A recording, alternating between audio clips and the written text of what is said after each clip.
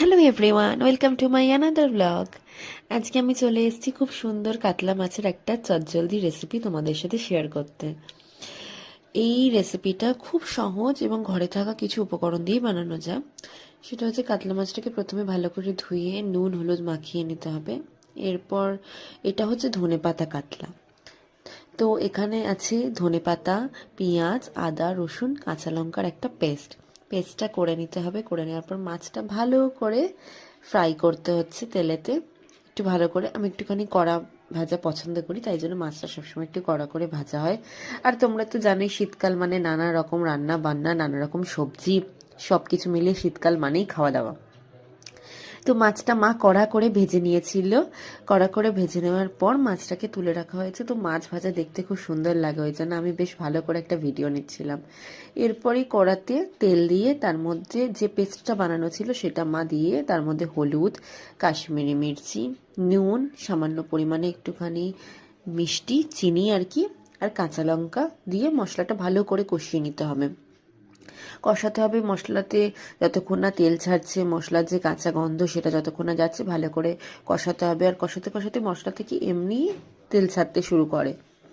যত তেলটা ছাড়ে তত দেখতেও ভালো লাগে, আর তত মানে মশলার যে একটা কাঁচা গন্ধ সেটাও চলে যেতে থাকে এবং সুন্দর একটা গন্ধ ছাড়ে, সেটা বোঝাই যায় রান্না করতে করতে। তো মা এখানে ভালো করে মশলাটা কষিয়ে নিচ্ছিল আর আমি সেটাটি একটুখানি ভিডিও নিচ্ছিলাম। কষাতে কষাতে তোমরা দেখতেই পাবে যে মশলাটা থেকে তেল ছাড়তে শুরু করে দেবে। তেল ছাড়তে শুরু করে দিলে তারপরেতে মশলাটাতে জল অ্যাড করতে হবে।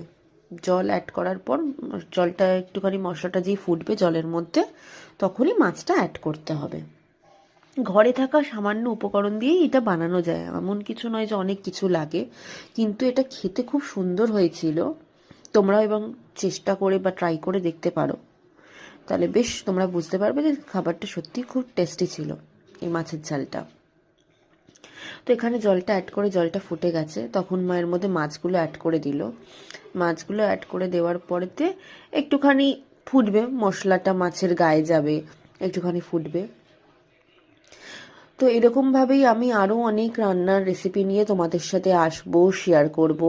তোমাদের যদি ভালো লাগে তোমরা চ্যানেলটাকে একটা লাইক, কমেন্ট আর একটু সাবস্ক্রাইব করে দিও। সঙ্গে থেকো, পাশে থেকো। কী কী ভুল ত্রুটি হচ্ছে বা কোথা থেকে কীরকমভাবে ভিডিও অ্যাঙ্গেল নিলে ভালো হয় সেগুলো আমাকে একটু কমেন্ট করে জানিও, তাহলে আমার আরও সুবিধা হবে করতে। কেন কি আমি একদম নতুন, ওই জন্য জিনিসটা ঠিক বুঝতে পারছি না।